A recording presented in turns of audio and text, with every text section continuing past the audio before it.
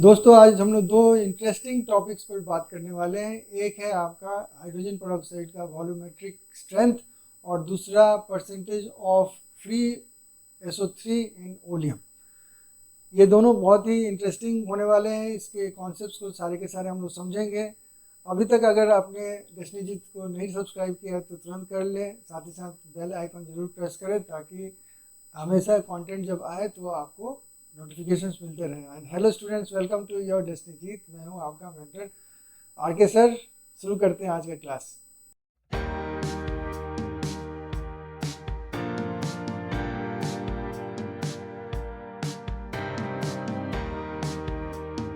पहला टॉपिक शुरू करते हैं हम लोग हाइड्रोजन पेरोक्साइड से। देखें ये हाइड्रोजन पेरोक्साइड होता क्या है। इसका एक मॉलिक्यूल आप देख रहे हैं यहाँ पे, ये देखिए एक मॉलिक्यूल ऑफ हाइड्रोजन पेरोक्साइड है। इसमें आपको ऑक्सीजन 2 मिलेंगे और 2 हाइड्रोजन मिलेंगे। OH फॉर्म में ये लोग अटैच्ड हैं। ठीक है, अब कैसे अटैच्ड हो भी देख लीजिए। यहाँ पे ऑक्सीजन के 2 बॉन्ड हैं, तो ये एक हाइड्रोजन के साथ में एक ऑक्सीजन के साथ में किया, ये वाला ऑक्सीजन भी है, इधर एक बॉन्ड किया हुआ है, इधर एक बॉन्ड किया। इस तरह से बॉन्डिंग हुआ है इनका। और इसमें एक बहुत मज़ेदार बात जो है वो है H2O2 का। अगर ऐसे हम लोग कहते हैं कि ऑक्सीजन का ऑक्सीडेशन स्टेट कितना है, -2, ये तो आप जानते हो। लेकिन पेरोक्साइड्स हो जाए, सुपर ऑक्साइड से पढ़ेंगे हम लोग, तो पेरोक्साइड्स में लेकिन ऑक्सीजन का मैं कह रहा था 95%, मैं कभी कभी कहता हूँ 95% केसेस में आपके ऑक्सीजन के जो ऑक्सीडेशन स्टेट होते हैं फिक्स्ड होते हैं, वो है -2। लेकिन यहाँ पे देखिए कितना है, ये हाइड्रोजन 1 मिल के +2 हो जाएगा 2 के लिए, ये बचा 2 के लिए -2, तो एक ऑक्सीजन का यहाँ पे ऑक्सीडेशन स्टेट -1 हो जाता है। तो ये है हाइड्रोजन पेरोक्साइड। और अब देख रहे हो ये व्हाइट वाला जो यहाँ पे है हाइड्रोजन है, और रेड वाला जो यहाँ पे देख रहे हो आप, ये दोनों व्हाइट जो देख रहे हैं ये है हाइड्रोजन के एटम्स और ये है आपके ऑक्सीजन के एटम्स। हम लोग अब हाइड्रोजन का एनालिसिस करना शुरू करते हैं। देखिए volumetric strength of hydrogen peroxide होता क्या है। एक्चुअली देखिए जो अमाउंट ऑफ हाइड्रोजन पेरोक्साइड आपको दिया गया है उसको अगर हीट किया जाए तो उसमें से क्या निकलेगा, वो 2 पार्ट में टूटेगा। एक तो वाटर बनाएगा, दूसरा वो ऑक्सीजन बनाएगा।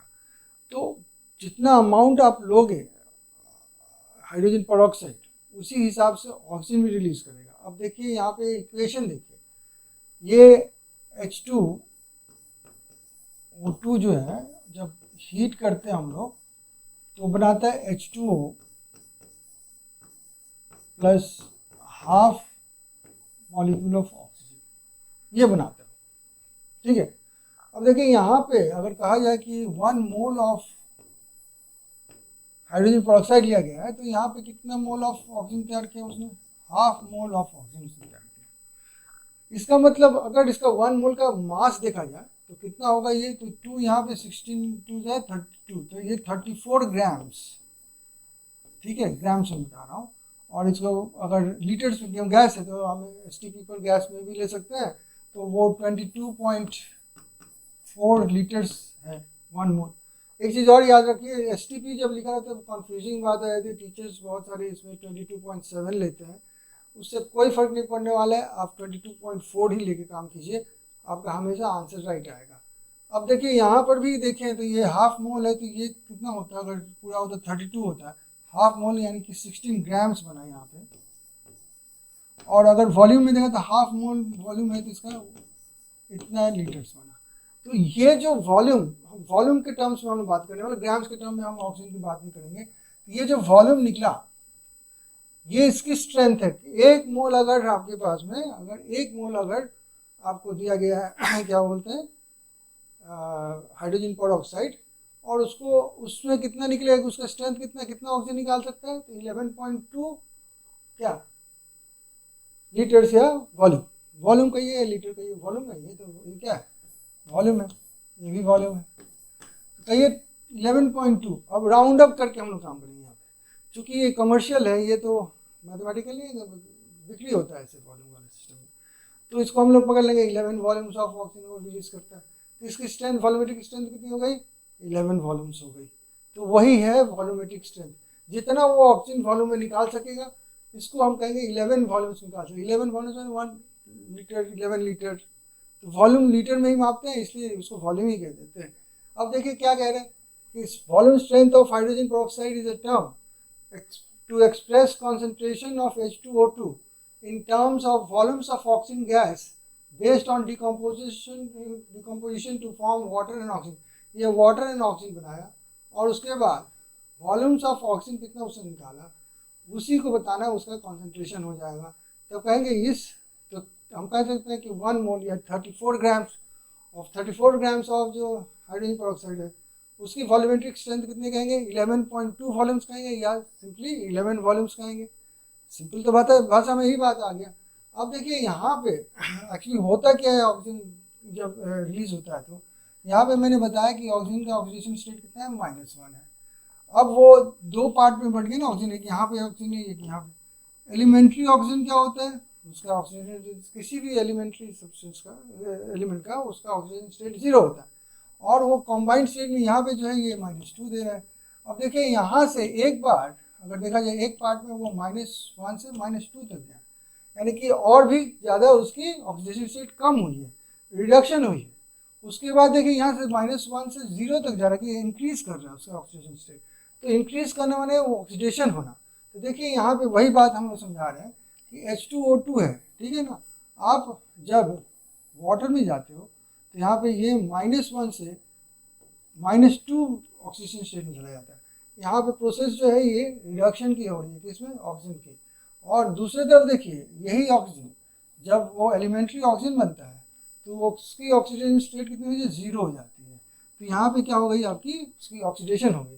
तो वॉल्यूम ऑफ, यही बात समझना है आपको कि यहाँ पे दो ऑक्सीडेशन स्टेट्स आपको मिलते हैं, यहाँ पे ऑक्सीडेशन रिडक्शन दोनों बातें हो रही हैं, ठीक है।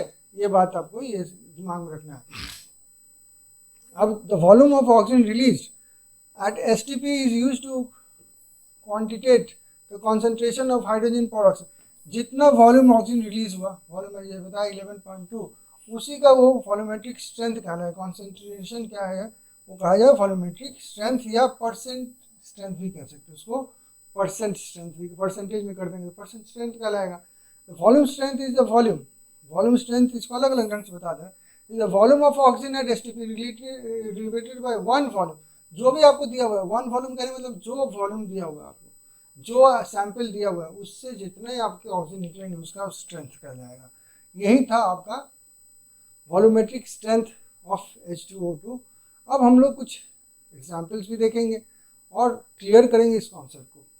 देखिए volumetric strength of hydrogen peroxide समझने के लिए आपको बेसिकली न्यूमेरिकल्स का ही सहारा लेना पड़ेगा, तभी इस कॉन्सेप्ट को समझिएगा। पहला नंबर वॉल्यूमेट्रिक स्ट्रेंथ समझने के पहले दो चीज़ का डिफरेंस समझ लीजिए, concentration strength of solution and volumetric strength of H2O2, दोनों अलग चीज़ है।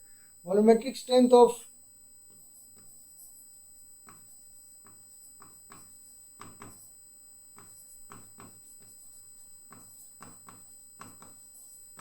H2O2 सैंपल आपसे कहा गया, वो क्या होगा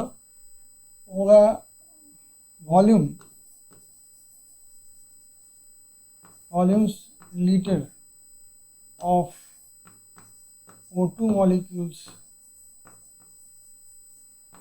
released by it on heating। समझ आ गया, ये हो गया वॉल्यूमेट्रिक स्ट्रेंथ। लेकिन कॉन्सेंट्रेशन का जो स्ट्रेंथ है वो क्या होता है, वो दूसरा चीज़ होता है। वो होता है आपका, क्या आप जानते हो, मोलारिटी हो सकता है, नॉर्मेलिटी हो सकता है,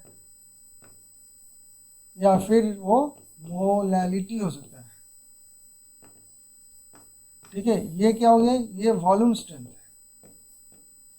वॉल्यूम स्ट्रेंथ नहीं, ये कॉन्सेंट्रेशन स्ट्रेंथ है, सॉल्यूशन कॉन्सेंट्रेशन, सॉल्यूशन स्ट्रेंथ या कॉन्सेंट्रेशन है, ठीक है। ये याद रखिए, ये सॉल्यूशन और कॉन्सेंट्रेशन के टर्म्स में ये वॉल्यूमेट्रिक स्ट्रेंथ ऑफ H2O2 है। क्वेश्चन में क्या दिया हुआ आप देखें, कह रहे calculate the volume of, volume खोजना of oxygen gas in gas form में ही आएगा, in 3% solution of hydrogen. 3% solution, of concentration की बात, सोल्यूशन की बात चला है। सोल्यूशन में 3% सोल्यूशन का मतलब है आपको समझना होगा कि 3% ये 30 ग्राम्स बनाएगा पर लीटर। कैसे बनाता है वो भी दिखा देता हूँ आपको। देखिए 30 ग्राम्स, ठीक है। अब इसको लीटर्स को मिलीलीटर्स में लेते हैं हम लोग, यानी कि मिलीलीटर में ले लीजिए। अब उसको 100 से मल्टीप्लाई कीजिए, डिवाइड किया, मैं परसेंट करने की कोशिश कर रहे हैं। परसेंटेज है ना, परसेंट है, तो क्या बचेगा आपका, ये तो परसेंट लिख दीजिए नीचे वाले को, और यहाँ पे कैंसिल आउट करोगे, एक जीरो कट जाएगा, दो जीरो कट जाएगा, तीन जीरो कट जाएगा, और अल्टीमेटली यू गेट 3%। ये बात तो समझ में आ गई। अब इतना तो समझ में आ गया, 3% आपका इसमें मतलब हो गया 30 ग्राम्स ऑफ आपके पास हाइड्रोजन पेरोक्साइड है। अब उसमें कितने वॉल्यूम्स ऑफ ऑक्सीजन निकलेंगे वही हमको बताना है।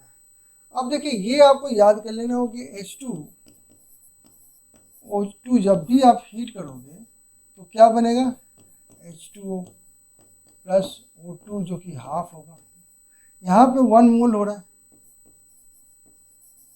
और वो कितना 34 ग्राम्स होगा। कैसे, हाइड्रोजन का 2 और 32 फॉर ऑक्सीजन, तो कितना हो गया, 34 हो गया। और इधर कितना होगा आपका 1 मोल, ग्राम्स में आप लिखोगे तो लिख सकते हो, तो ये कितना 32 हाफ 16 ग्राम्स हो गया।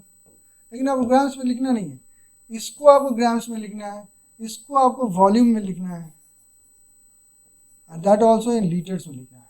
तो यहाँ पे कितना हो जाएगा 11.2 लीटर्स, ठीक है। और इसको आपको हमेशा जनरली ग्राम्स में लिखना है। अगर वॉल्यूम से जानना चाहते हो तो इसका वॉल्यूम जो होगा एक्चुअली, चूँकि 1 मोल है तो ये 22.4 लीटर्स या इतना 11.2 लीटर्स, तो ये तो कॉमन सेंस होगा। लेकिन ये देगा नहीं, ये सेक्शन नहीं देगा और ये सेक्शन नहीं मांगेगा, आपको देगा ये जनरली और मांगेगा ये वाला आपको। अब ये दिमाग में रख के आपको आगे काम करना है। अब देखिए ये तो हम जानते हैं कि 34 ग्राम्स अगर होता, 34 ग्राम्स अगर H2O2 होता तो कितना हीट करने पर रिलीज करता ऑक्सीजन, 11.2।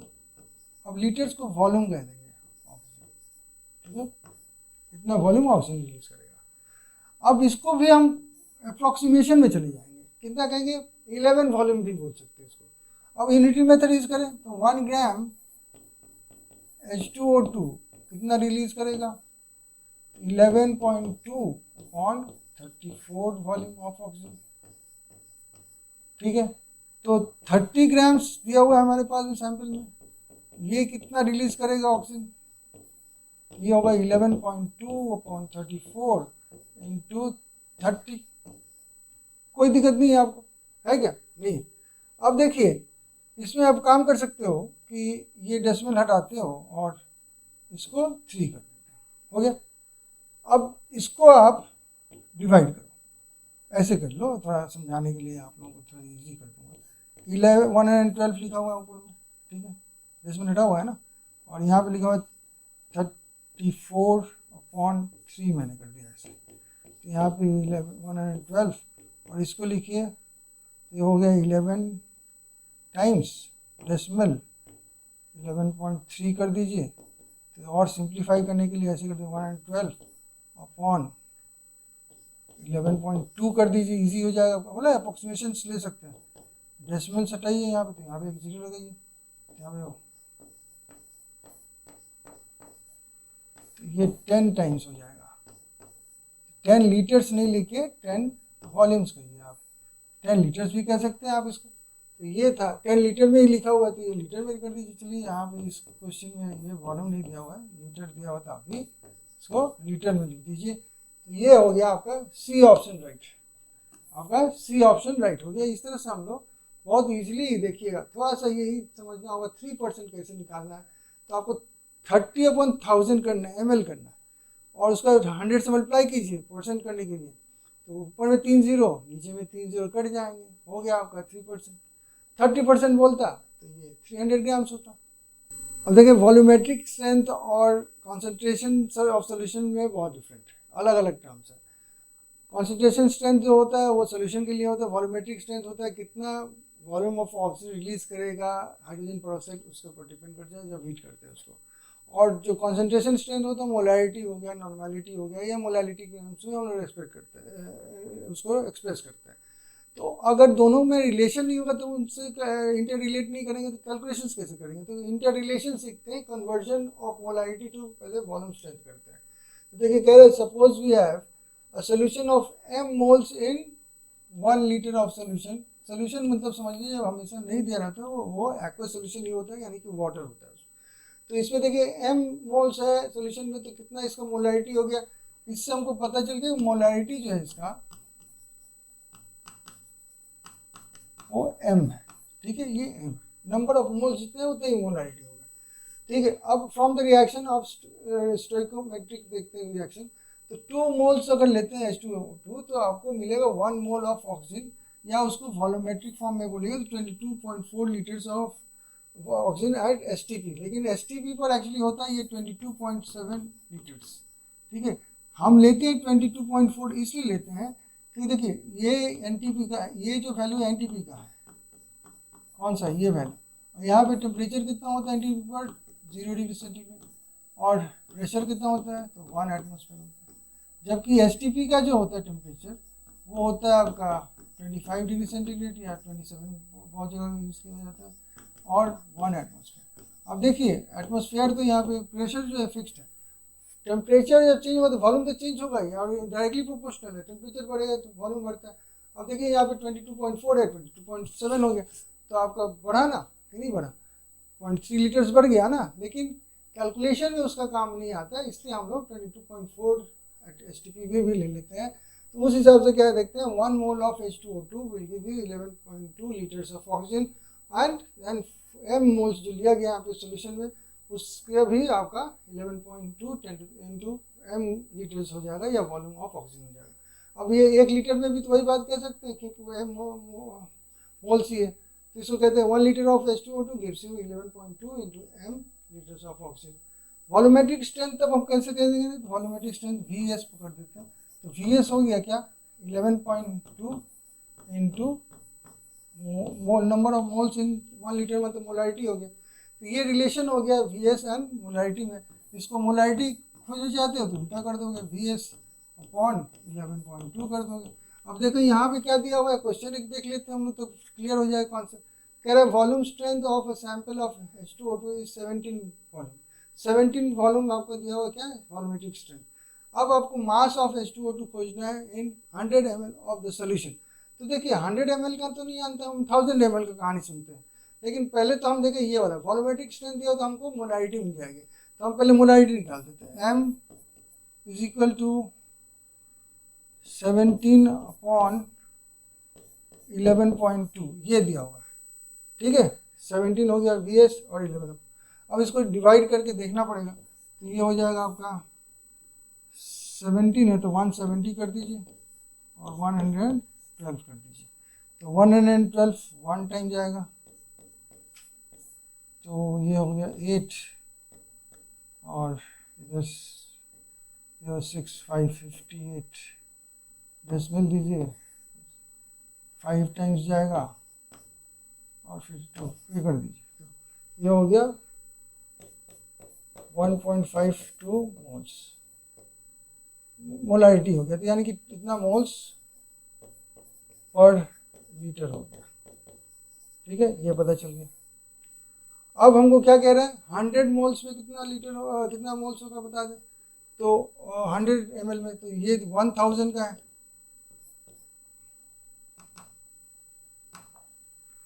1000 ml में 1.2 मोल्स H2O2 है, तो 100 ml में कितना हो जाएगा,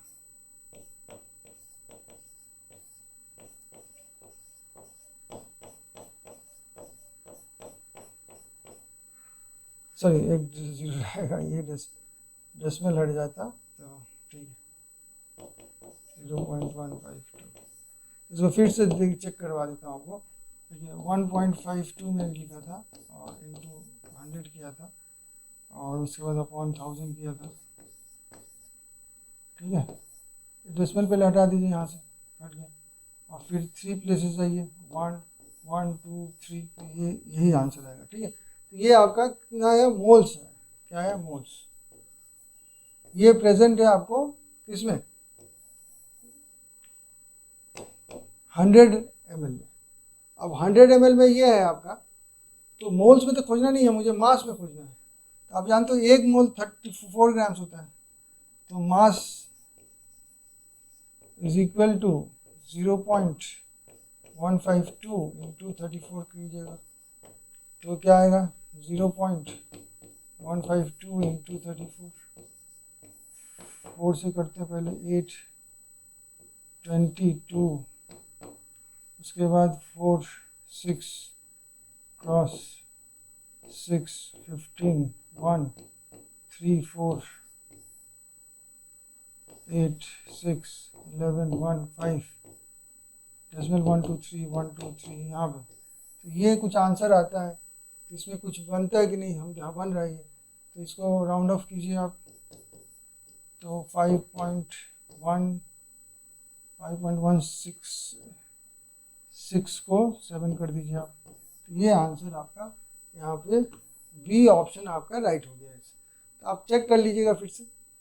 अब जिस तरह हमने देखा था कि मोलैरिटी और वॉल्यूम स्ट्रेंथ में रिलेशन है, उसी तरह आपके नॉर्मेलिटी और वॉल्यूमेट्रिक स्ट्रेंथ में भी रिलेशन है।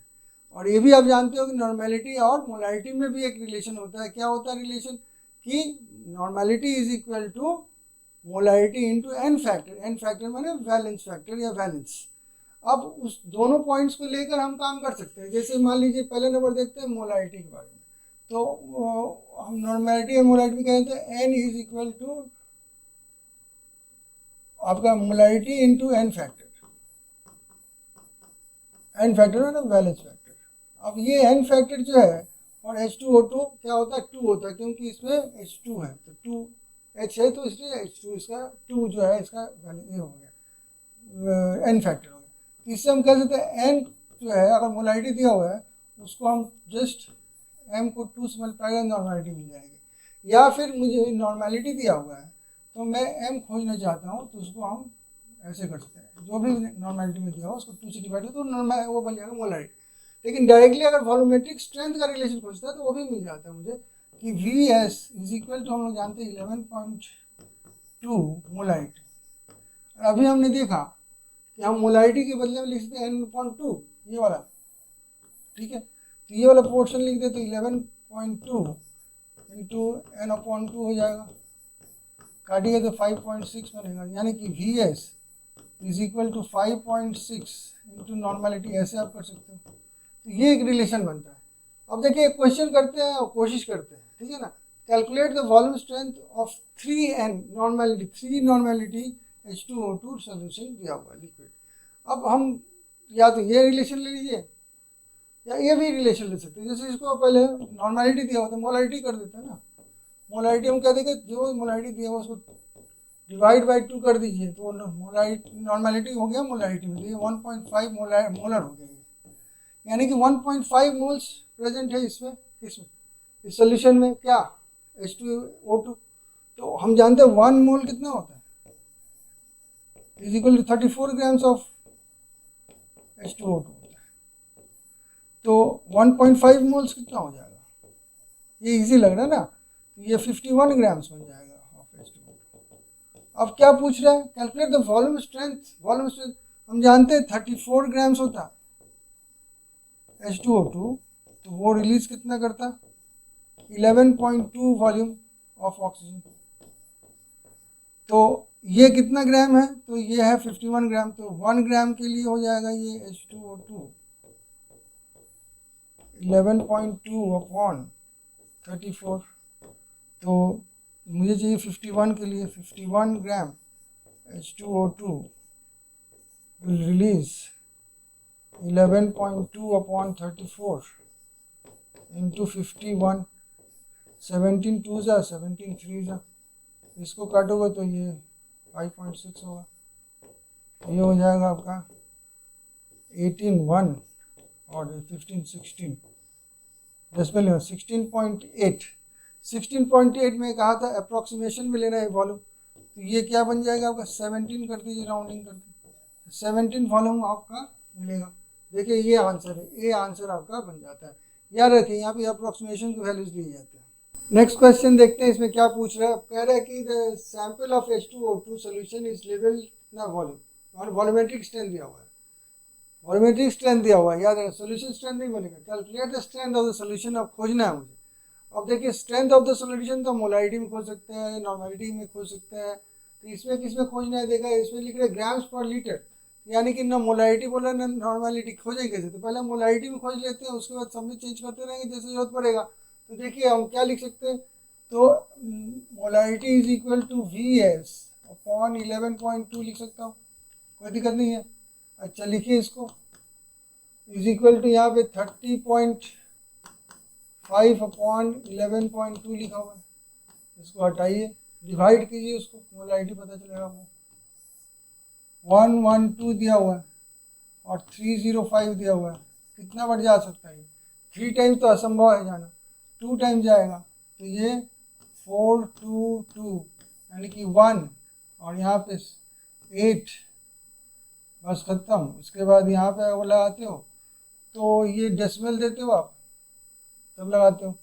अब ये कितने टाइम जाएगा? तो ये भी तो 7 टाइम्स जाएगा, 7 माने 14, 1 7 8, तो फिर क्या हुआ? ये हो गया आपका 10 6 और ये 0 2, बस 26 2 6, ये फिर 2 टाइम जाएगा। तो ये लगभग मोलारिटी जो होता है इसका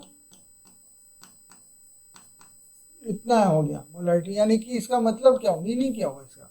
इसका मतलब हुआ 2.72 moles H2O2 present in 1 litre solution, ठीक है। तो पर लीटर तो हो गया 1 लीटर का कितना मोल्स, लेकिन मोल्स तो है नहीं है, तो ग्राम्स में है। तो मोल्स को हम ग्राम्स में चेंज कर सकते हैं, क्योंकि हम जानते हैं कि 1 मोल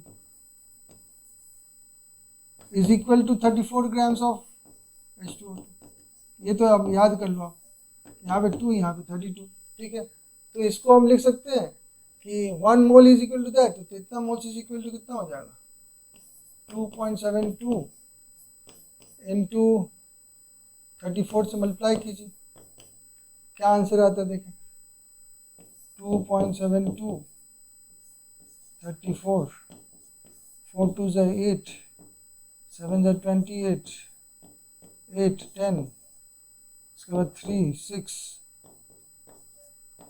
21 2 6 8 8 14 2 9 डेसिमल, इसके बाद 92.48 आ रहा है मेरा, ये यहाँ पे 92.65, यही वाला आंसर आपका बैठता है ए, ठीक है। तो ये आंसर था आपका इस क्वेश्चन का।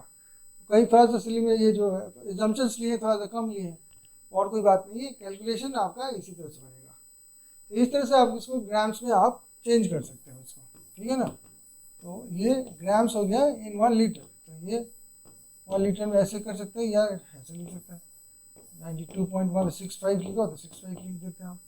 तो ये आंसर हो गया आपका। अब ये क्वेश्चन देखते हैं, थोड़ा अलग ढंग का है। इसमें क्या करेंगे, 2 सॉल्यूशंस को मिलाएंगे, फिर उसका वॉल्यूमेट्रिक स्ट्रेंथ खोजेंगे। देखिए क्वेश्चन क्या बोल रहा है, 500 ml of 11.2 volume of H2O2 solution is mixed with 500 ml of 22.4 volume of H2O2 solution.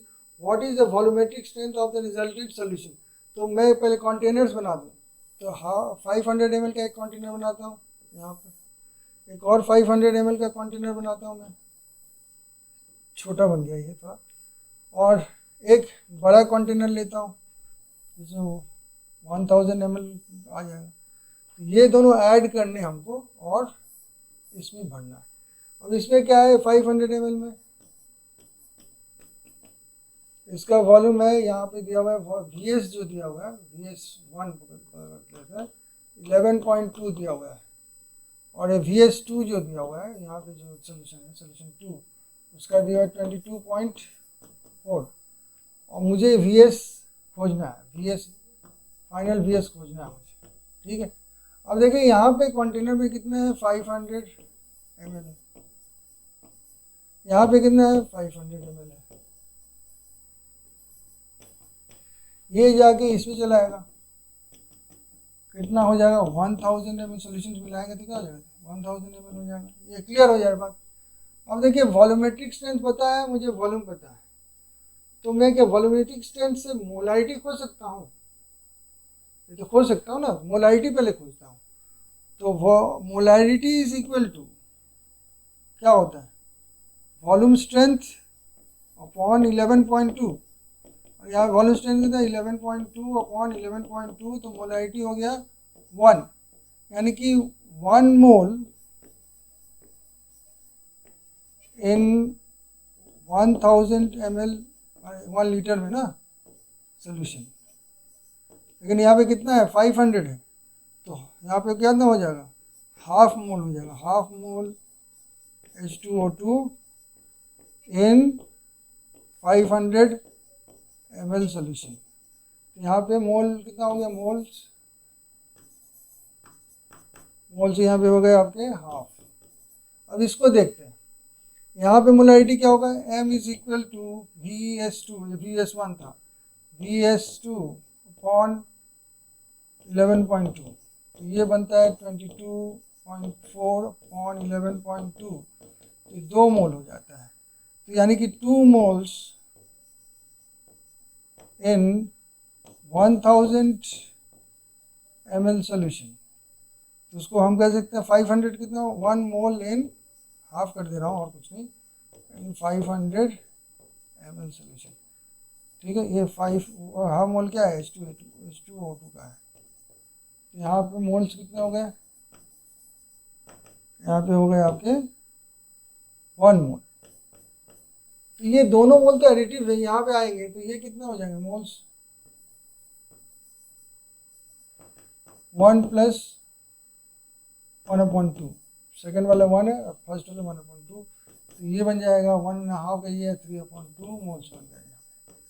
अब मुझे मोल्स पता है, मुझे 1 लीटर भी हो गया, यहाँ पे कोई टेंशन ही नहीं है, तो 1 लीटर का ही कहानी आ गया ना, तो मोलारिटी हो गया। तो मोलारिटी यहाँ पे कितना हो गया, molarity is equal to number of moles 3/2, 1000 ml है तो 1000 से मल्टीप्लाई कर दो, यानी मोलारिटी 3/2 ही रह गया। तो मोलारिटी पता चल गया आपको, आपको VS पता लगाना है, VS is equal to 11.2 into molarity, molarity कितना 3/2 है, तो 11.2 इंटू 3/2, तो ये हो गया 5.6, तो ये हो जाएगा 18.1 और ये हो जाएगा 16 हो जाएगा। तो ये हो गया आपका ऑलमोस्ट, आप कह सकते हैं 17 वॉल्यूम, इसका 17 वॉल्यूम इसका वॉल्यूमेट्रिक स्ट्रेंथ हो गया। तो ये था आपका इस क्वेश्चन का सोल्यूशन। आप इसको 16.8 में भी छोड़ सकते हो, ऐसा कुछ नहीं है कि आपको करना ही पड़ेगा। ये मैं बता रहा हूँ, इतना लीटर्स तो आया आपका ना, वॉल्यूमेट्रिक स्ट्रेंथ लीटर्स ऑक्सीजन आया, उसको हम बोले ना कि हमेशा अप्रॉक्सीमेशन में हम करना है, तो वो 17 वॉल्यूम ही कहलाएगा। अब अगला देखते हैं क्वेश्चन, ये थोड़ा सा कॉम्प्लिकेटेड है, लेकिन इसको समझ लीजिए तो ये कॉन्सेप्ट जो है वॉल्यूमेट्रिक स्ट्रेंथ और कॉन्सेंट्रेशन का, आई थिंक सो पूरा क्लियर हो जाएगा आपके लिए। देखते हैं क्वेश्चन, देखते हैं। कह रहे 44.8 volume of H2O2 solution having density इतना, calculate the molarity of H2O2 solution and mole fraction of your H2O2 solution. तो मोलारिटी खोजने के लिए पहला नंबर मैं कहूँ कि ये देखिए, आपको ये दिया हुआ है, क्या बोलते हैं, वॉल्यूम स्ट्रेंथ दिया हुआ है। तो इससे पहले तो ये वाला केस तो बहुत इजी हो गया। तो मोलारिटी खोजना, तो m is equal to VS upon 11.2, तो 44.8 अपॉन 11.2 इज इक्वल टू 4, तो 4 हो गया आपका मोलारिटी। इसका मतलब हो गया 4 moles of H2O2 in 1 litre. ठीक है, 1 लीटर को आप ml में लिखा हुआ ना ये, तो आप इसको कर दीजिए 1000 ml सोल्यूशन। ये दिया हुआ है, हमको पता चल गया। 4 मोल से हमको ये भी पता चल जाएगा कि 1 मोल का 34 होता है, तो 4 into 34 grams of H2O2 in 1000 ml of solution। ये कितना बन जाएगा, इसको मल्टीप्लाई करके देख लेंगे। तो 16 1 12 30 136 ग्राम्स ऑफ H2O2। ये सारी चीज़ हम यहाँ पे टेबल में लिखेंगे। डेंसिटी ऑफ द क्या दिया सोल्यूशन, ठीक है, ये डेंसिटी ऑफ सोल्यूशन। डेंसिटी यहाँ पे लिख दूँ चार्ट में, तो 1.136 क्या ग्राम्स पर मिलीलीटर। उसके बाद देखिए वॉल्यूम मुझे 1000 लेना है, 1000 ml, ठीक है। तो इससे तो हम रिलेशन मास इसका खोज सकते हैं, पहले बाद में खोजेंगे, पहले इस पे चले आते हैं। ये क्या है, सॉल्यूट है, तो ये मास पता चल गया मुझे 136 ग्राम्स। और इसका हम खोजते हैं मास, देखें तो हम जानते हैं कि क्या मास खोजना है ना, तो mass is equal to density into volume. Density कितनी है 1.136, तो आपका इंटू वॉल्यूम 1000 हो गया 1136, ये हो गया मास ऑफ सोल्यूशन। तो मास ऑफ सोल्यूशन मुझे पता चल गया 1136 ग्राम। अब इससे हमको सॉल्वेंट का पता चल जाएगा, डिफरेंस खोल लेंगे तो सॉल्वेंट है 1000 ग्राम्स, 1000 ग्राम, ठीक है। अभी तक तो ठीक चल रहा है। अब क्या बोले, मोल फ्रैक्शन। मोल फ्रैक्शन खोजने के लिए देखिए हमको ये ग्राम पता चल गया, ये ग्राम पता चल गया। अब उसको हम मोल फ्रैक्शन कैसे खोजें, तो इसका कितने मोल से थे, तो 4 मोल से पता है, 4 मोल्स, ठीक है। कैसे पता चला, तो फिर से 34 से डिवाइड कर दीजिए। इसका मोल्स खोजने के लिए क्या करें, वाटर, ये सॉल्वेंट क्या है, वाटर है आपका।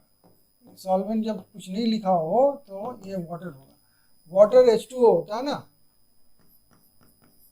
H2O का मोलर ये कितना मास कितना होता है, तो 2 and 16 18 ग्राम्स, वो इज इक्वल टू 1 मोल, ठीक है। यहाँ पे 1000 ग्राम्स है, number of moles of water कितना हो जा रहा है आपका, तो ये हो जाएगा 1000 डिवाइड बाय 18, ये 55.55 आएगा। ये याद कर लीजिएगा एक तरह से, ठीक है। इतने मोल्स होते हैं of water in 1 litre of water, moles of water, समझे। तो इसको कैसे 90 हो जाएगा, फिर 90 हो जाएगा, इस तरह से ये चलेगा। तो ये मोल्स हो गया आपका किसका, वाटर का। ये मोल्स किसका हो गया, ये हो गया आपका सॉल्यूट का, यानी कि H2O2 का। अब आप मोल फ्रैक्शन तो खोज सकते हैं, मोल फ्रैक्शन दोनों का बता दे रहे हैं, तो मोल फ्रैक्शन कैसे लिखते हैं, तो चलिए समझिए किसका लिखते हैं पहले, H2O2 mole fraction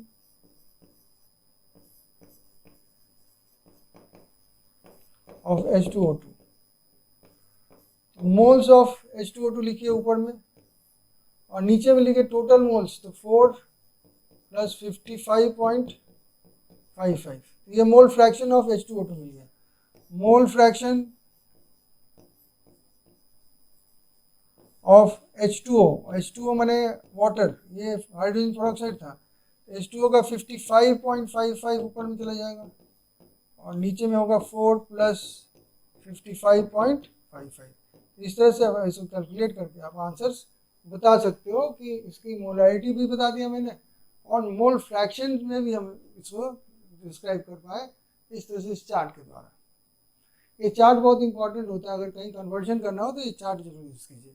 hydrogen peroxide तो हम लोग खत्म कर चुके हैं। अब हम लोग ओलियम के बारे में पढ़ेंगे। ओलियम में क्या देखें, स्ट्रेंथ ऑफ ओलियम एक्चुअली होता है कि कितना % ऑफ SO3 उसमें है। देखिए एक्चुअली कि oleum is a mixture of sulphuric acid and sulphur trioxide. अगर ओलियम को ब्रेकअप करके देखा जाए तो ये H2SO4 एंड SO3 उसमें होता है।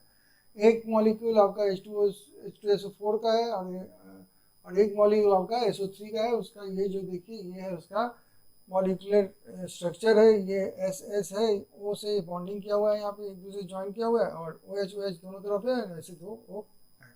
तो इस तरह से ये फिगर होता है। अब जब क्या होता है, ये जो सेक्शन है ना, जैसे वाटर एक्चुअली क्या होता है, ओलियम क्यों पढ़ रहे हैं, पहले तो ये भी तो जाने ओलियम पढ़ क्यों रहे हैं। देखिए ओलियम सल्फ्यूरिक एसिड कहते हैं उसको किंग ऑफ इंडस्ट्री। ऐसा एसिड है कि इंडस्ट्री में बहुत ज़्यादा काम में लगता है। तो उसकी कहीं किसी कंट्री में उसकी प्रोडक्शन कम है, कहीं ज़्यादा है, तो जहाँ पे ज़्यादा है उस कंट्री से दूसरी जगह शिपिंग की जाती है। अब वो भी बहुत ज़्यादा क्रोसिव होता है, डेंजरस होता है, ठीक है, तो उसको हैंडल करना बहुत खतरनाक हो जाता है। वहीं पे हम लोग देखते हैं, अगर उसी का एक दूसरे भाई को ले लिया जाए जिसका नाम है ओलियम, तो वो लेस क्रोसिव होता है देन H2SO4, सल्फ्यूरिक एसिड से लेस क्रोसिव होता है, और उसको ट्रांसपोर्टेशन करने में सुविधा होती है। ट्रांसपोर्टेशन तो कर देते हैं सेफ्टी के साथ में। अब उसके बाद उसको फिर से जो सेक्शन उसका जो सल्फ्यूरिक एसिड नहीं, उसको भी सल्फ्यूरिक एसिड बना देते हैं। सल्फ्यूरिक एसिड इस सेक्शन में है, लेकिन SO3 तो सल्फ्यूरिक एसिड नहीं है। जैसे उसमें पानी डालते हैं तो जितना यहाँ पे देख रहे हैं मोल्स या मॉलिक्यूल्स ऑफ SO3 है, उतने वाटर के मॉलिक्यूल्स, देखिए SO3 एक मॉलिक्यूल या एक मोल यहाँ पे लिया गया है, तो यहाँ पर भी आपका देखिए वाटर का भी SO3 है 1 मोल, तो वाटर भी 1 मोल आप लेके हुआ 1 मोल ऑफ सल्फ्यूरिक एसिड बना देता है। तो इस तरह से डिजॉल्व कर जाता है फ्री SO3 वाटर से मिक्स होकर ओलियम में, और वो सल्फ्यूरिक एसिड बनाता है। तो टोटल हमको एक सल्फ्यूरिक एसिड का मॉलिक्यूल था ही, उसमें 2 सल्फ्यूरिक एसिड हो गए, मैंने एक सल्फ्यूरिक एसिड ही था लेकिन उसको लेस क्रोसिव बना के रखा था वाटर ना होने के चलते। यही काम है आपका एक्चुअली ओलियम का। ओलियम इसी से पढ़ते हैं क्योंकि सल्फ्यूरिक एसिड को ट्रांसपोर्ट करने के लिए ओलियम का इस्तेमाल होता है। ये क्वेश्चन नहीं है, एक इंफॉर्मेटिव कह सकते हैं टाइप का क्वेश्चन है जो आपको इंफॉर्मेशन दे रहा है ओलियम क्या है। देखिए ओलियम को हम लोग क्या कह सकते हैं, पायरो सल्फ्यूरिक एसिड कह सकते हैं। पायरो माने क्या होता है, अगर 2 मॉलिक्यूल ऑफ किसी एसिड को लिया जाए, उसमें 1 मॉलिक्यूल ऑफ वाटर निकाल लिया जाए तो उसको पायरो एसिड कहते हैं। अब देखिए ये जो सल्फ्यूरिक एसिड है जिसको मैं बना रहा हूँ H2SO4, ठीक है ना, और इसका एक और मॉलिक्यूल लेता हूँ H2SO4, ठीक है ना, और इसमें से हम वाटर निकाल देते हैं। क्या निकाल देते हैं? H2O निकाल देते हैं। तो ये क्या ऐसे लिख सकते हैं इसको H2SO4, और इसका वाटर निकाला हुआ इसे छोड़कर SO3 कर देते हैं। तो ये क्या बन गया H2SO7, यही तो ओलियम है। तो इसको हम पायरो सल्फ्यूरिक एसिड इसी से कह सकते हैं। ओलियम तो उसका नाम है ही, और फ्यूमिंग सल्फ्यूरिक एसिड भी कहते हैं। क्यों? क्योंकि ओलियम फ्यूमिंग इसलिए कहा जाता है क्योंकि जैसे ही वो एयर के कांटेक्ट में आता है तो reacts with moisture to form white fumes. तो मॉइस्चर में क्या होता है? वाटर होता है। वाटर में तो मॉइस्चर, एयर में जैसे जाता है वो क्या बनता है? फ्यूमिंग एसिड बन जाता है, वेपर जैसा बन जाता है एसिड। तो चूंकि SO3 जाके एटमॉस्फेरिक मॉइस्चर के साथ में फ्यूम बनाता है, तो उसको हम लोग फ्यूमिंग सल्फ्यूरिक एसिड भी कहते हैं। तो ये सारे के सारे ये नाम जो है किसके हैं? ओलियम के ही हैं, चाहे H2SO4 SO3 जो मैंने यहाँ बनाया इसके हैं नाम, ठीक है, मिक्सचर ऑफ दिस, ठीक है। तो ये सब इंफॉर्मेटिव बात था। अब ओलियम के बारे में हम बहुत अच्छा से जान गए। अब हम लोग पढ़ने वाले हैं परसेंटेज स्ट्रेंथ ऑफ ओलियम। देखिए इसमें क्या पढ़ेंगे हम लोग, तो देखिए 100 ग्राम सैंपल ऑफ ओलियम दिया हुआ है, अगर x ग्राम ऑफ वाटर के साथ में मिक्स करते हैं तो टोटल वेट जो ऑब्टेन होगा वो सल्फ्यूरिक एसिड का, उसको कहा जाएगा 100 + x% ऑफ ओलियम, या लेबलिंग में लिखा रहेगा। जैसे यहाँ पे एग्जांपल में दिया 111% लिखा हुआ है, यहाँ पे 109% लिखा हुआ है। इसका मतलब क्या हुआ? इसका मतलब हुआ कि 100 ग्राम्स ऑफ तो ओलियम था और 11 ग्राम्स इसमें क्या डाला गया? वाटर डाला गया। तो जितना वाटर डाला गया उसको ऐड कर दीजिए तो उसका परसेंट डालें। जैसे इन सैंपल ऑफ 111% H2SO4, इसमें से 111 से 100 पहले ओलियम का निकाल दीजिए तो 11 ग्राम्स बचा। 11 grams of water is added in 100 grams of oleum to produce pure H2SO4। मैंने वाटर डाले तो क्या बन गया? H2SO4 ही बना, क्योंकि SO3 जो है रिएक्ट कर गया वाटर से, और 111 ग्राम प्योर आपका H2SO4 बना। तो अगर एक 100 ग्राम ऑफ ओलियम दिया हुआ है, उसमें लेबलिंग लिखा हुआ 111, तो आप सोचिएगा कि इसमें पानी डालते ही 111 ग्राम का सल्फ्यूरिक एसिड बन जाएगा प्योर, ठीक है। उसी तरह से 109 अगर लिखा हुआ है तो 109 है, इसका मतलब कि 9 ग्राम ऑफ वाटर आप डालिएगा, उसमें 100 ग्राम्स ऑफ दिया हुआ है तो 9 ग्राम्स डालिएगा तो वो 109 ग्राम का सल्फ्यूरिक एसिड प्योर बन जाएगा। अब मान लीजिए वही लिखा हुआ है लेकिन आपको दिया हुआ है 500 ml का एक बॉटल जो है, उसमें लिखा हुआ है कि आपका 109% है, तो क्या मतलब? हर 100 के लिए 9 ग्राम्स जोड़िए, तो 500 ml है तो 9 इंटू 4 5 45 ग्राम्स ऑफ वाटर लगेगा उसमें, तो वो बनाएगा 545 क्या ग्राम्स ऑफ H2SO4, 505 45, तो वो तो हो गया, उसको डिवाइड कीजिए बाई 5 तो 100 में आ जाएगा, फिर वही हो जाएगा 109 आ जाएगा। ये लेबलिंग चार्ट दिखा रहा हूँ जिसमें परसेंटेज आपको पता चलेगा H2O कितना डाला गया, कैसे ही इसको SO3 कैसे पता लगाएंगे। अब देखिए मैं बताया कि 1 मोल ऑफ SO3 ये 1 मोल ऑफ H2O से मिलकर बनाएगा H2SO4, ठीक है, 1 मोल, कोई दिक्कत नहीं। तो हम अगर यहाँ पे देखिए 1 मोल लेते हैं तो 18 ग्राम्स लेंगे, इसका 1 मोल लेंगे तो कितना होगा, सल्फर का 32 होता है और 16 3 से 48, तो यानी कि 80 ग्राम्स। जब भी हम 18 ग्राम्स लेंगे तो 118 ग्राम्स मैंने 18 ग्राम्स वाटर ऐड किए, अगर 100 ग्राम्स ऑफ इसमें क्या कहते हैं वॉल्यूम में, तो उसका लेवलिंग कितना लिखा हुआ रहेगा, 118 लिखा हुआ रहेगा ना, नहीं समझ में। अगर 118 लेबलिंग में लिखा हुआ है स्ट्रेंथ, इसका मतलब वो 100 ग्राम्स ऑफ वॉल्यूम है, उसमें आप 18 ग्राम्स वाटर डालिएगा तो 118 grams of pure sulphuric acid. अगर वो लिखा हुआ है 109 स्ट्रेंथ तो 100 ग्राम्स उसमें एक्चुअली है, जैसे ही उसमें 9 ग्राम्स ऑफ वाटर डालिएगा तो वो 109 ग्राम्स सल्फ्यूरिक एसिड प्योर देगा। अब देखिए ये कैसे देगा वो सल्फ्यूरिक एसिड तो बनेगा ना वाटर के बाद में। अब 9 ग्राम्स अगर लेते हैं इसका, मैंने हाफ इसका लेते हैं ना, तो ये 40 ग्राम्स होगा। ये अगर हमें 4.5 ग्राम्स लेते हैं तो ये कितना होगा, 20 ग्राम्स लेते हैं, तो इसके साथ में तो मुझे ये 9 कहेंगे तो ये 40 कहना पड़ेगा, ये कहेंगे 18 तो ये कहना पड़ेगा 80, क्योंकि इसका इसमें रिलेटेड है। तो इस तरह से ये भी बात हम समझ जाए तो बहुत अच्छी बात है ना। अब देखिए सल्फ्यूरिक एसिड लेवलिंग दिया 100 मैंने क्या है 100 ग्राम्स है, कितना वाटर डालोगे आप उसमें, 0 वाटर डालोगे तो कितना सल्फ्यूरिक एसिड सल्फर ट्राइऑक्साइड कितना रिएक्ट करेगा, नहीं रिएक्ट किया ना कुछ, तो 0 सल्फर ट्राइऑक्साइड भी होगा।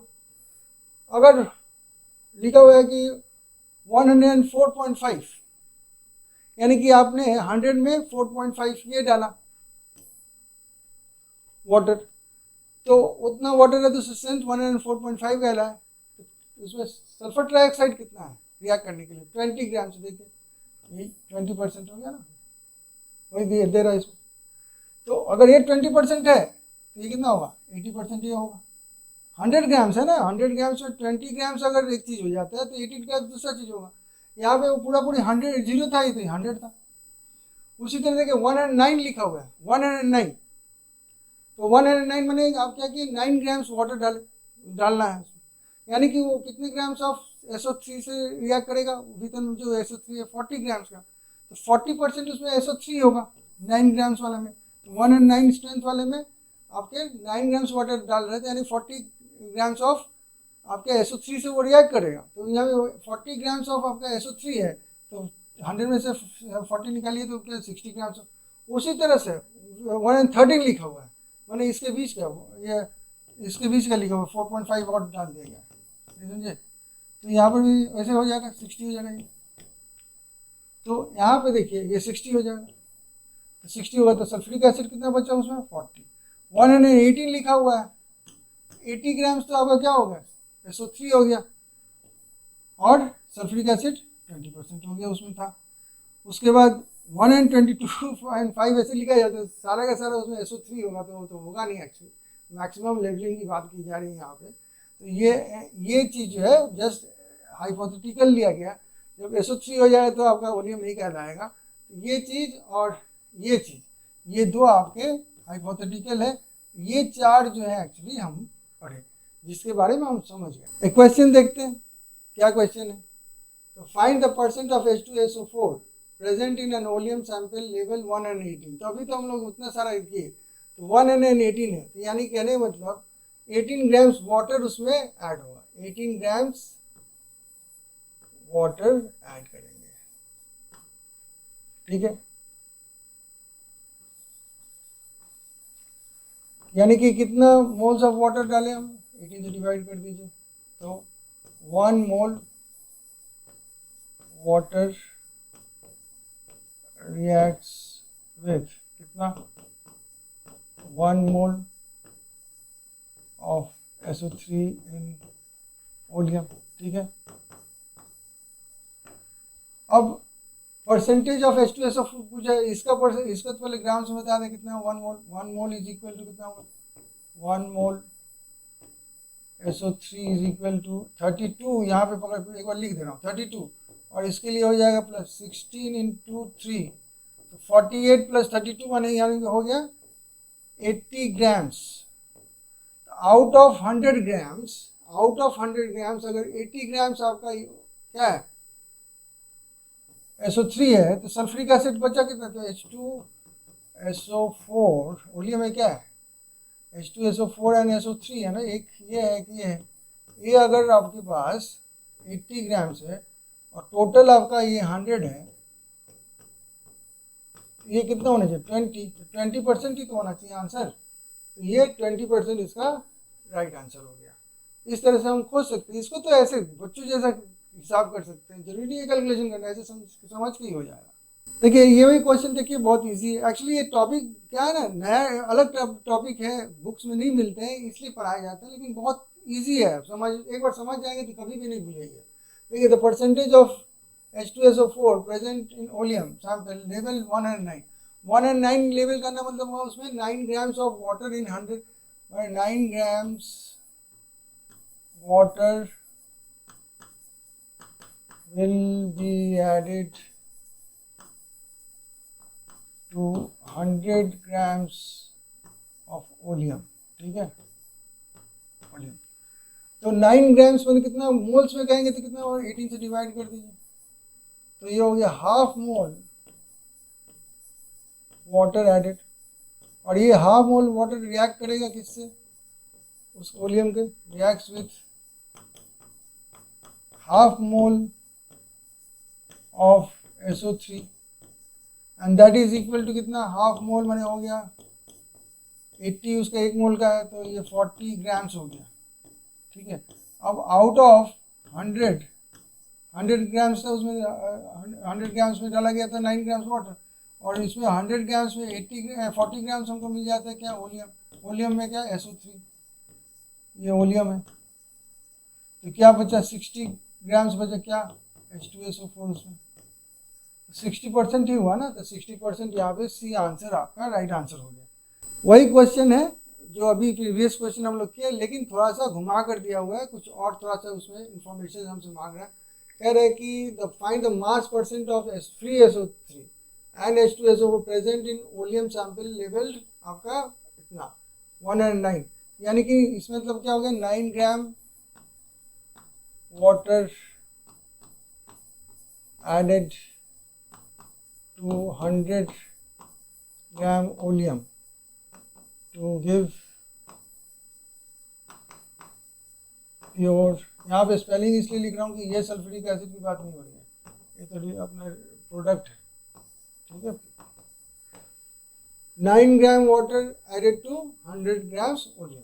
ठीक है, तो इसका मोल कितना हो जाए अभी बताया हमने, तो इसको डिवाइड बाय 18 ग्राम्स कर दीजिए, half mole water added to this, वो रिएक्ट किससे करता है, reacts with half mole of SO3 and this is equal to क्या, half into 80 is equal to 40 grams. ये तो समझ में आ गया। अब बोले मास परसेंटेज बताइए, ये 40 ग्राम्स तो पता चल गया, तो उसका SO3 कितना हो गया मेरे पास 40 ग्राम्स, 100 ग्राम्स टोटल था, तो H2SO4 कितना ग्राम्स है, ये हो गया आपका 60 ग्राम्स। अब मास परसेंट बताइए ना, तो mass percent of SO3 is equal to 40 grams उसका खुद का है, टोटल में मास कितना 100 है, परसेंट खोजना है 1000 से 100 से मल्टीप्लाई कीजिए तो 40%, यही तो आंसर हो गया, खाली घुमा फिरा। Mass percent of H2SO4 is equal to 60 upon 100 into 100 is equal to 60%। इस तरह से हम लोग मास परसेंट खोज सकते हैं दोनों का। आपका दो ही तो उसके कॉम्पोनेंट्स हैं वॉल्यूम के, एक है सल्फ्यूरिक एसिड का कॉम्पोनेंट और दूसरा है आपका SO3 का कॉम्पोनेंट, दोनों का मास परसेंटेज ऐसे निकाल देते हैं। ये क्वेश्चन है थोड़ा ट्रिकी है लेकिन कुछ नहीं है इसमें, थोड़ा सा ध्यान से देखिएगा तो पता चल जाएगा। कह रहा है कि 10 ग्राम्स आप H2SO4 लिए हो और 40 ग्राम्स SO3 से वॉल्यूम बनाते हो, तो कितना ग्राम्स का वॉल्यूम बना? ये बना आपका 50 ग्राम्स का बना वॉल्यूम। हम लोग 50 ग्राम्स में बात नहीं करते हैं, हम लोग करते हैं कितने में? 100 ग्राम्स में, तब लेवलिंग कर पाते हैं। ये लेकिन लगेगा किस में लगेगा? ये फर्स्ट वाला क्वेश्चन कर लेते हैं पहले। अब देखिए इससे हमको पता चल जाएगा कि मोल फ्रैक्शन पता चल जाएगा कितना है आपका, ये 10 ग्राम्स है, ठीक है ना। तो मोल्स में बताया, मोल्स कैसे बताइएगा आप? 10 ग्राम्स को डिवाइड बाई 98 ग्राम्स कीजिएगा। 98 ग्राम्स क्यों कीजिएगा? H2SO4 का अगर देखें तो 1 इंटू 2 प्लस 32 प्लस 64 माने 16 इंटू 4, तो ये 64, ये हो गया 96, 98, 1 है 98। इससे मोल्स पता चला, तो कितना मोल्स हो गया? 10/98 मोल्स हो गया आपका इसका, किसका? सल्फ्यूरिक एसिड का। आपका इसका कितना मोल्स होगा? SO3 का। तो आप जानते हो कि उसका मोलर मास जो होता है 80 होता है, 40 यहाँ पे दिया होगा ना, कितना दिया? 40, और 80 इसका मोलर मास होता है, तो ये हो गया हाफ मोल्स। तो मोल्स तो मिल गया मुझे। अब मोल फ्रैक्शन खोजने के लिए, तो मोल फ्रैक्शन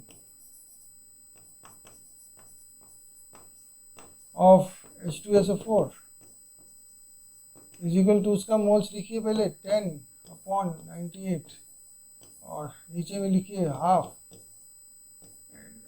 प्लस हाफ 10/98। इसको थोड़ा सिंप्लीफाई कर देता हूँ, पूरा नहीं करता हूँ, तो इसको ऐसे कर सकते हैं कि 10/98 नहीं 49 प्लस 10/98 कैंसिल आउट होकर हो जाएगा 59। ये आपका मोल फ्रैक्शन ऑफ सल्फ्यूरिक एसिड हो गया। किसका खोजने के लिए कहता है? वो सल्फ्यूरिक एसिड का ही खोजा तो हो गया। और वैसे SO3 का भी बोलता है तो क्या करते हैं आप? तो हाफ को ऊपर रखते हैं, बाकी सब इधर लिख देते हैं। अब हम चले जाते लेवलिंग के बाद। लेवलिंग तो हम 50 ग्राम्स पर नहीं कर सकते, लेकिन लेवलिंग हम 100 ग्राम्स में कर सकते हैं। तो इसको पकड़ लेते हैं कि 100 ग्राम्स होता तो क्या होता। तो in 50 grams we have 40 gram SO3. In 100 grams of volume है ना ये, we'll have 2 से मल्टीप्लाई हुआ तो 80 grams of SO3, यानी कि हाउ मेनी मोल्स? 80 से डिवाइड कीजिए, यानी कि 1 मोल SO3। Now 1 mole of SO3 will react with 1 mole of water, that is equal to 18 grams of water। तो लेवलिंग हो जाएगा, लेवलिंग इज इक्वल टू 100 तो लिया है योर ग्राम्स, और इसमें 18 ग्राम वाटर का ऐड हो जाएगा, तो ये हो जाएगा 118 लेवलिंग आएगा इसका, परसेंट लेवलिंग, समझे? 118% ऐसे दिया रहेगा इसमें। तो ये था क्वेश्चन जो कि हम लोग कर पाए। तो हमने आज हाइड्रोजन पेरोक्साइड की वॉल्यूमेट्रिक स्ट्रेंथ और परसेंटेज ऑफ वॉल्यूम को देखा और समझा। बहुत सारे क्वेश्चंस भी हम किए और सफलता के साथ उसको सीखा भी। इसी तरह से हमारे साथ जुड़े रहिए, लाइक शेयर सब्सक्राइब करना ना भूलें, और एक चीज़ याद रखें, डेस्टिनी जीत के साथ पढ़ते रहो, कामयाबी की ओर बढ़ते रहो। Thank you for staying with me.